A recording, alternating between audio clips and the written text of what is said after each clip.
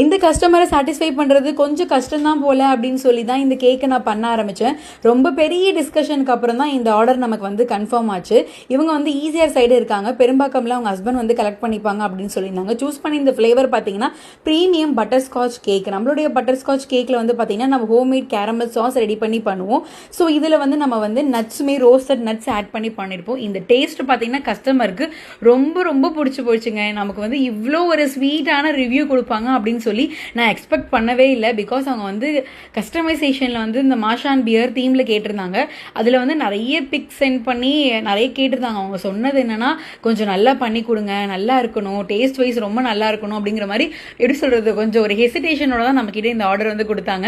ஆனால் அவங்க எந்த அளவுக்கு ஒரு ஹெசிடேஷனோட இருந்தாங்களோ அதே அளவுக்கு நானும் இந்த கேக் பண்ணும்போது இருந்தேன். ஐயோ கஸ்டமருக்கு பிடிக்கணும்னு சொல்லி பார்த்து பண்ணேன். ஒவ்வொரு கேக்குமேங்க நான் பண்ணும்போது அவ்வளோ ஒரு பயத்தோடு தான் பண்ணுவேன். அந்த கஸ்டமர் வந்து ரிவ்யூ கொடுக்குறாங்க பாருங்க, அப்போதான் எனக்கு உயிரே வரும் அப்படின்னு சொல்லலாம். அந்த கஸ்டமரோட ரிவ்யூ கூட நான் வந்து அட்டாச் பண்ணியிருந்தேன். ஸோ இது மாஷான் பியர் தீம் அப்படிங்கிறதால எனக்கு அது என்னன்னு தெரியல. யூடியூப்ல சர்ச் பண்ணி தான் நான் பண்ணியிருந்தேன். ஒரு கிராஸ் எஃபெக்டோட கொடுத்து அந்த மாஷான் பியர் இருக்கு இல்லையா, அதை வந்து பிரிண்ட் அவுட் எடுத்து வைக்க சொல்லிட்டாங்க கஸ்டமர். ஹாப்பி பர்த்டே பாப்புலு அப்படிங்கிற மாதிரி அவங்க ஸ்பெல்லிங் கொடுத்துருந்தாங்க. நான் கரெக்டாக ப்ரொனவுன்ஸ் பண்ணுறேன்னு தெரியல.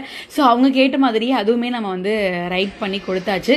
ஸோ இதுக்கப்புறம் பிரிண்ட் அவுட் இருக்கு இல்லையா, அதெல்லாம் வந்து நான் வந்து டூத் பிக்ல வந்து ஸ்டிக் பண்ணி கொடுத்துட்டேன். கஸ்டமர் வந்து செலிப்ரேஷன் டைமுக்கு வந்து நான் ஸ்டிக் பண்ணிக்கிறேன் அப்படின்னு சொல்லிட்டு உங்களுக்கு நான் பிக்சர் கூட ஷேர் பண்ணுறேன் அப்படின்னு சொல்லியிருந்தாங்க. அதையுமே நான் லாஸ்ட்டாக அட்டாச் பண்ணியிருக்கேன். நீங்கள் வந்து தாம்பரம், மேடவாக்கம், பெரும்பாக்கம், சோழிங்கநல்லூர், ஈசிஆர் சைடு இருந்தீங்கன்னா நமக்கு